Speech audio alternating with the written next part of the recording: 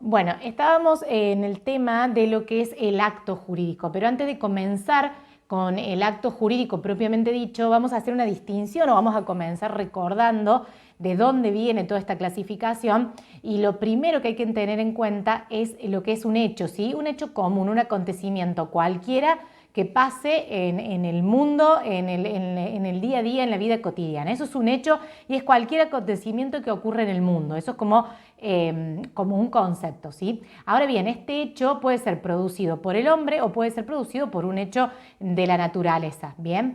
Cuando este hecho provoca una consecuencia jurídica, algún nacimiento, modificación o extinción de alguna relación o situación jurídica, este hecho se convierte en un hecho jurídico, ¿sí? Y el acto jurídico también es un acto que produce alguna consecuencia jurídica, ¿sí? Alguna adquisición, alguna modificación o extinción de alguna relación o situaciones jurídicas. Entonces, dirán, ¿cuál es la diferencia entre un hecho jurídico y un acto jurídico? Bueno, el hecho jurídico puede ser producido por la naturaleza, por ejemplo, una tormenta eléctrica que provoque algunos daños y provoca una consecuencia jurídica, ¿sí? Y es un hecho jurídico. En cambio, el acto jurídico va a ser un hecho, siempre va a ser producido o provocado por el hombre, ¿sí? ¿Y cuál es el concepto de acto jurídico? Que es súper importante porque se vuelve a ver en todas las materias de derecho. El acto jurídico, el concepto es que es un acto voluntario realizado por el hombre, por eso es voluntario con discernimiento, intención y libertad que veíamos en las clasificaciones anteriores.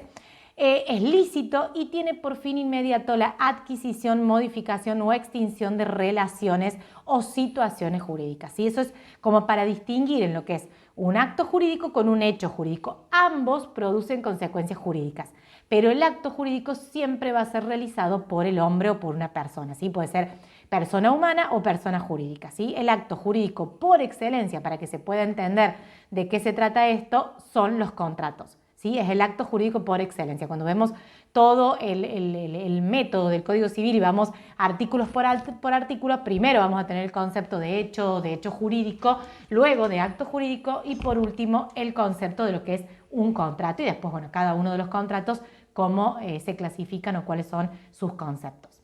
Ahora bien, este acto jurídico tiene distintos elementos, ¿sí? Que son importantes para que produzcan estas consecuencias jurídicas, esta adquisición, modificación o extinción de relaciones o situaciones jurídicas.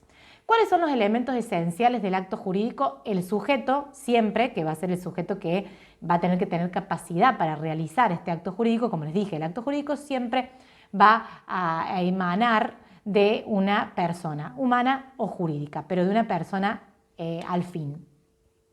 Los elementos entonces son sujeto, objeto, causa y forma, ¿sí? Del acto jurídico. ¿Cuál es el concepto de que podemos, cuando hablemos de sujeto dentro de los elementos de acto jurídico, acá tenemos que incorporar al sujeto todo lo que veíamos, por ejemplo, de la capacidad, ¿sí? Entonces, todo sujeto que sea la persona otorgante de este acto jurídico que va a producir estas consecuencias o estos efectos jurídicos, todo sujeto tiene que tener capacidad, ¿sí? De la cual va a emanar este acto jurídico.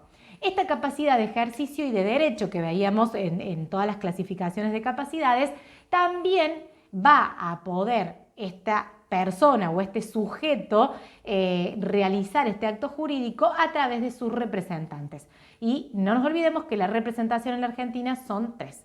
La representación legal, que está en el código, que la puede establecer también a través del juez, pero en cumplimiento de la ley, que es la representación, por ejemplo, de los padres con los niños o con las personas menores de edad. La representación voluntaria, que es cualquier persona con capacidad plena de ejercicio y de derecho, le da a otra persona para que lo represente en sus actos. Y por último, la representación orgánica, que es la representación de las personas jurídicas que actúan a través de los órganos de esta persona jurídica. Dentro de la representación legal o judicial, porque el juez, como en cumplimiento de la ley, va a dar esta representación, tenemos todo lo que veíamos de las incapacidades con la sentencia y bueno, las distintas incapacidades que existen, que puede ser un curador, un tutor o un apoyo. Dentro del objeto del acto jurídico vamos a tener en cuenta los requisitos para lo cual este objeto puede ser objeto de los actos jurídicos, ¿sí? El objeto es la cosa, la prestación, lo que vamos a hacer, si vamos a transmitir un dominio, vamos a constituir un derecho real, todo eso son, o si vamos a entregar un cuadro, yo que estoy dando clases, es el objeto del acto jurídico, que es la actividad que se va a hacer o la cosa que se va a entregar, el bien o el hecho, porque se puede hacer una actividad, puede ser un bien, toda la clasificación de cosas y bien que veíamos también va a estar incorporado en lo que es objeto de los actos jurídicos. Y los requisitos del objeto de los actos jurídicos tienen que ser posible, lícito, determinado o determinable y susceptible de valoración económica y que tenga algún interés para las partes. Siempre el objeto del acto jurídico tiene que ser lícito y posible, ¿sí? Ya vamos a ver que cuando el objeto es ilícito o imposible, se puede tornar este acto jurídico de nulo, ¿sí? Que lo vamos a ver más adelante, que es el tema de las nulidades, ¿sí? Que es súper importante. Entonces, todo, como verán, se relaciona con todo, pero el objeto tiene que ser sí o sí posible, ilícito, tiene que estar dentro del comercio, ¿sí? Por ejemplo, no podemos poner en el objeto de un acto jurídico la entrega de determinado material que está prohibido comercializar en la Argentina, ¿sí? La causa de los actos jurídicos, como otro de los elementos esenciales de los actos jurídicos, ya vamos a ver que hay otros elementos que son accidentales, que pueden estar o no, ¿sí? Los esenciales que tienen que estar sí o sí. Sujeto, objeto, causa. La causa es el propósito o la finalidad perseguida por las partes, por este sujeto, que va a llevar adelante el acto jurídico. La causa puede ser una causa fin inmediata o una causa fin mediata. La causa fin inmediata es la que está autorizada por el ordenamiento jurídico y ha sido determinante de la voluntad de las partes, ¿sí? Y la mediata son los motivos internos que tiene la persona para realizar ese acto jurídico. Por ejemplo, la causa fin inmediata en un contrato, como para ponerlo en la realidad, los actos jurídicos, en una compraventa, que es el contrato más común, es la entrega de la cosa y la otra parte recibir el precio, ¿sí? El comprador y el vendedor, uno entrega y el otro recibe un precio. Eso es la compraventa. Ese es el fin inmediato. Está permitido o está establecido o autorizado por el ordenamiento jurídico. Yo puedo entregar una cosa y a cambio recibir un precio, siempre y cuando sea lícito, posible, determinante y todo lo que veíamos dentro de lo que es el objeto, ¿sí? Y la causa fin mediata son los motivos por los cuales yo compro la cosa y por la cual la persona vende la cosa. Si yo la compro porque quiero consumirla, porque puede ser un paquete de yerba o cualquier cosa que compremos en un supermercado, y la otra persona lo realiza porque es un comerciante y porque le genera riquezas o le genera ganancias o lo que fuese. Si eso es el motivo interno, es la causa fin mediata, ¿sí? Que muchas veces en el contrato de compraventa no está establecido, sino que yo te entrego una cosa, me pagas el precio y se acabó y eso es una compraventa y al ordenamiento jurídico en sí no le interesa, digamos, cuáles son los motivos internos de las personas por los cuales compran, ya sea la mercadería o cuando compro una casa, si la compro para invertir o la compro porque me quiero ir a vivir, ¿sí? Entonces, al ordenamiento jurídico en general, al derecho, no le va a interesar, por decirlo de alguna manera, la causa fin mediata, pero son los motivos y, bueno, es la clasificación que establece el código y hay que saberla. Siempre, por más que no podamos ver la causa o por más que no esté establecida, como les comentaba, siempre los actos jurídicos van a tener una causa, ¿sí?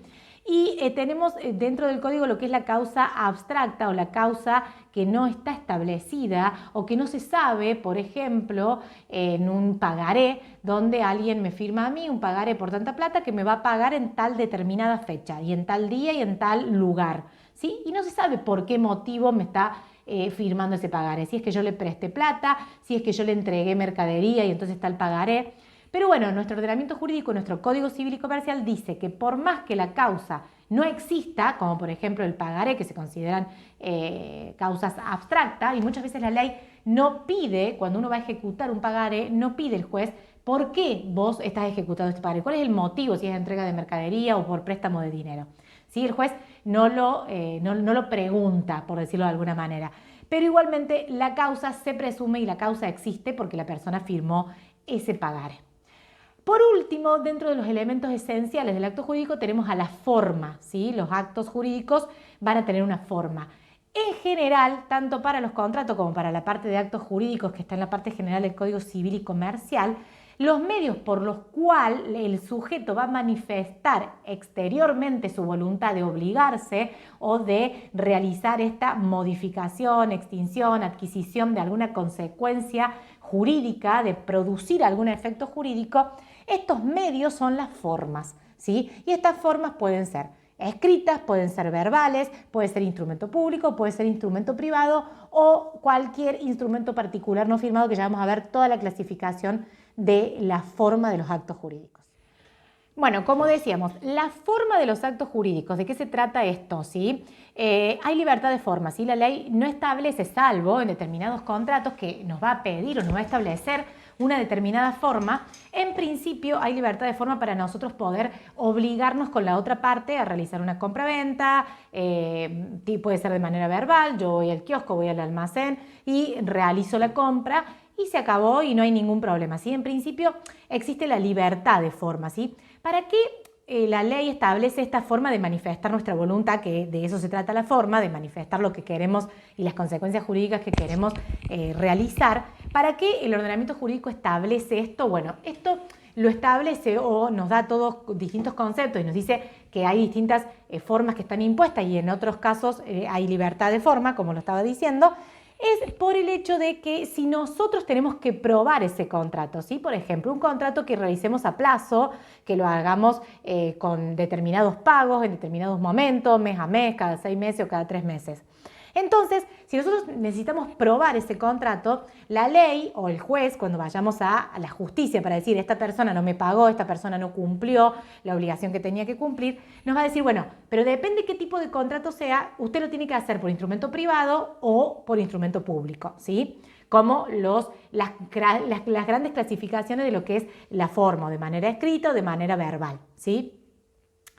¿Qué consecuencia trae, digamos, la omisión de la forma? ¿Sí? Dependiendo si el acto jurídico que teníamos que realizar requería una forma bajo nulidad absoluta, el acto jurídico se va a tener como no realizado si no se cumple con esa formalidad. Por ejemplo, la donación se necesita que se haga por instrumento público sí o sí, porque es un acto jurídico, es un contrato unilateral, pero es gratuito, ¿sí? En cambio, sobre inmuebles, ¿sí? Hablando de una donación sobre un bien inmueble, se necesita que se haga por escritura pública. Si no se hace por escritura pública, se va a tener que no se hizo. Si yo les digo a cualquiera de ustedes, te regalo mi casa de manera verbal, yo estoy exteriorizando mi voluntad. Quiero generar una consecuencia jurídica, pero no estoy cumpliendo con la forma que me requiere el Código Civil y Comercial, ¿sí? Entonces, no estoy realizando el acto jurídico de la liberalidad de regalar mi casa. Si yo lo quiero hacer, lo tengo que hacer por escritura pública. En cambio, la compra-venta, que hay una retribución en dinero sobre inmuebles, se puede hacer bajo instrumento privado, ¿sí? El boleto de compra-venta, ¿sí? Obviamente, en algún momento se tiene que hacer sí o sí, bajo pena de nulidad, realizar por escritura pública, porque todo lo que tiene que ver con modificaciones de inmuebles tiene que hacerse por instrumento público, por escritura pública. Pero la compraventa se permite por boleto de compraventa y posteriormente llevarlo a lo que es una escritura pública, ¿sí? Entonces, estas clasificaciones son actos formales absolutos, ¿sí? Que si no se realizan bajo la forma establecida por la ley, no se tendrán como válidos y van a carecer de los efectos jurídicos que se quiere realizar con este acto jurídico, ¿sí? Cuando son actos formales absolutos. Cuando son actos formales relativos, son válidos, pero no quedan concluidos hasta que las partes no cumplan con la forma exigida, ¿sí? El boleto de compraventa en inmuebles no va a quedar concluido hasta que no se cumpla con el instrumento público de la escritura pública, pero el instrumento vale como acto donde las partes se obligan a cumplir con la formalidad. En algún momento van a ir y van a realizar la escritura pública en ese bien inmueble, ¿sí? Entonces, eso es la importancia de lo que es la forma del acto jurídico, ¿sí? Mientras la ley no nos pida una forma específica, lo podemos hacer de cualquier manera, ¿sí? La expresión escrita, tanto para instrumentos públicos como para instrumentos particulares firmados, que así es la clasificación que establece nuestro Código Civil y Comercial, se prevé que tiene que ser de forma escrita, ¿sí? A través de algún papel, pero que esté escrito. La clasificación en nuestro Código Civil y Comercial es instrumentos públicos por un lado, que por ejemplo son las escrituras públicas, las sentencias, las actas de nacimiento, las partidas de nacimiento que realiza cualquier oficial público, ¿sí? El juez es un oficial público, el escribano que realiza la escritura pública y los oficiales del registro civil que realizan partidas de nacimiento, de defunción o de matrimonio, que son instrumentos públicos. Todos ellos son oficiales públicos. Mientras actúen dentro de los límites de su competencia, van a realizar lo que es un instrumento público. En cambio, los instrumentos particulares se clasifican en dos: firmados y no firmados. Así lo dice el Código Civil y Comercial. El instrumento particular firmado es lo que conocemos como instrumento privado, ¿sí? Un contrato donde lo firmamos, pero no lo hacemos bajo escritura pública, solamente lo firmamos, un contrato de locación, un contrato de mutuo, cualquier contrato de compra-venta, que lo firman las partes. Cuando es firmado se considera instrumento particular firmado. En cambio, un instrumento particular no firmado, no está firmado por las partes, pero igualmente puede ser medio de prueba, puede ser establecido como medio de prueba. Por ejemplo, cualquier ticket de supermercado, ¿sí? Una fotografía, ¿sí? Que esté probando un hecho, que justo se sacó una foto, no está firmado, pero son distintos instrumentos particulares no firmados. Esa es la clasificación. Son tres la forma escrita que comprende nuestro Código Civil y Comercial: instrumento público privado, que sería el particular firmado, y el instrumento particular no firmado. Esa es la clasificación que hace nuestra ley, ¿sí? En el Código Civil hay distintos ejemplos de instrumentos particulares no firmados, ¿sí? Que son los impresos, los registros visuales o auditivos de cosas, de hecho, lo que yo les decía, la foto, un ticket de un supermercado. Se supone que si yo tengo el ticket, coincide con mi cuenta porque yo pagué con una tarjeta de débito o en efectivo o con crédito, y me lo entregó tal supermercado, el shopping, determinada tienda de ropa. Entonces yo estoy probando que yo compré tal cosa en ese lugar, ¿sí? Va a haber un monto, un importe y tal vez va a haber una descripción de lo que compré, ¿sí? Entonces siempre, como les digo, toda esta clasificación de los instrumentos públicos o los instrumentos particulares, firmados o no firmados, instrumentos firmados, instrumentos privados, tiene que ver con esto, con la posibilidad que yo tengo de probar que yo realicé tal acto jurídico y de la consecuencia que tiene ese acto jurídico. Para eso nosotros firmamos o no firmamos, o lo hacemos mediante instrumento público o mediante instrumento privado, ¿sí? Obviamente que si lo hacemos mediante instrumento público, la validez de ese instrumento público, siempre y cuando lo haya realizado el oficial público dentro de sus atribuciones y dentro de su competencia territorial, esa validez de ese instrumento público va a valer por sí. ¿Sí? Ya el instrumento público, cuando nosotros tenemos un acta de nacimiento, nadie va a cuestionar. Si la cuestionan van a tener acciones para cuestionarla, pero en principio, solamente por el hecho de ver y saber cómo son las actas de nacimiento, de matrimonio, de función, sabemos que emanó, que fue expedida por el registro civil. Entonces por el solo hecho de tener un acta de nacimiento o una escritura pública, decimos esto hace plena prueba, ¿sí? En cambio, el instrumento privado, depende si está firmado o no está firmado, la prueba va a tener que probarse, depende si, por ejemplo, el instrumento particular firmado, que es el instrumento privado, está firmado, el Código Civil lo que dice, la presunción de validez que tiene eso, es que la persona que firmó ese instrumento, siempre y cuando no desconozca su firma, si la desconoce va a haber peritos, pero si una vez que la persona reconoce su firma o a través de los peritos decimos esta firma es de esta persona, el contenido de ese instrumento se considera que fue una manifestación que pertenece a esa persona que firmó, ¿sí? Entonces, depende qué instrumento sea, va a ser la validez o la prueba que se le va a dar en nuestro ordenamiento jurídico. Bueno, después de ver lo que son los actos jurídicos, ¿sí? Y los elementos esenciales, sujeto, objeto, causa y forma, vamos a ver lo que son las modalidades o los elementos accidentales. ¿Qué significa esto? Que son cláusulas accesorias que pueden o no estar en el acto jurídico, que van a alterar o van a modificar sus efectos, ¿sí? Y las grandes modalidades de los actos jurídicos, como les digo, son accesorias, no siempre están, son la condición, el plazo y el cargo, ¿sí? El plazo, que es el más sencillo, por eso vamos a empezar con ese, es una cláusula accesoria, puede o no estar, donde se subordina la exigibilidad o la extinción de este acto jurídico a la producción de un hecho futuro y cierto, ¿sí? Una fecha. Yo voy a cumplir todos, del 1 al 10 de todos los meses con el alquiler de mi casa que estoy alquilando, ¿sí? Eso es un plazo. Se subordina la exigibilidad o la extinción, porque yo solamente me comprometo a cumplir el mes que viene con tal obligación y se extingue. Es un solo pago y se extingue el mes que viene, ¿sí? De un hecho futuro, porque va a ser el mes que viene, dentro de 2 meses, cada 6 meses, una vez al mes, ¿sí? Es un hecho futuro, pero es cierto, ¿sí? Del 1 al 10 o todos los días del mes. Tenemos la fecha exacta. Eso es lo que es cuando se subordina al plazo, ¿sí? En cambio, la condición también es una cláusula accesoria de los actos jurídicos, pero las partes van a subordinar la plena eficacia o la resolución de los efectos del acto jurídico a un hecho futuro, pero incierto, ¿sí? Por ejemplo, tenemos 2 especies, lo que es la condición suspensiva y lo que es la condición resolutoria. La suspensiva, la plena eficacia del acto jurídico va a depender de que la condición se produzca, ¿sí?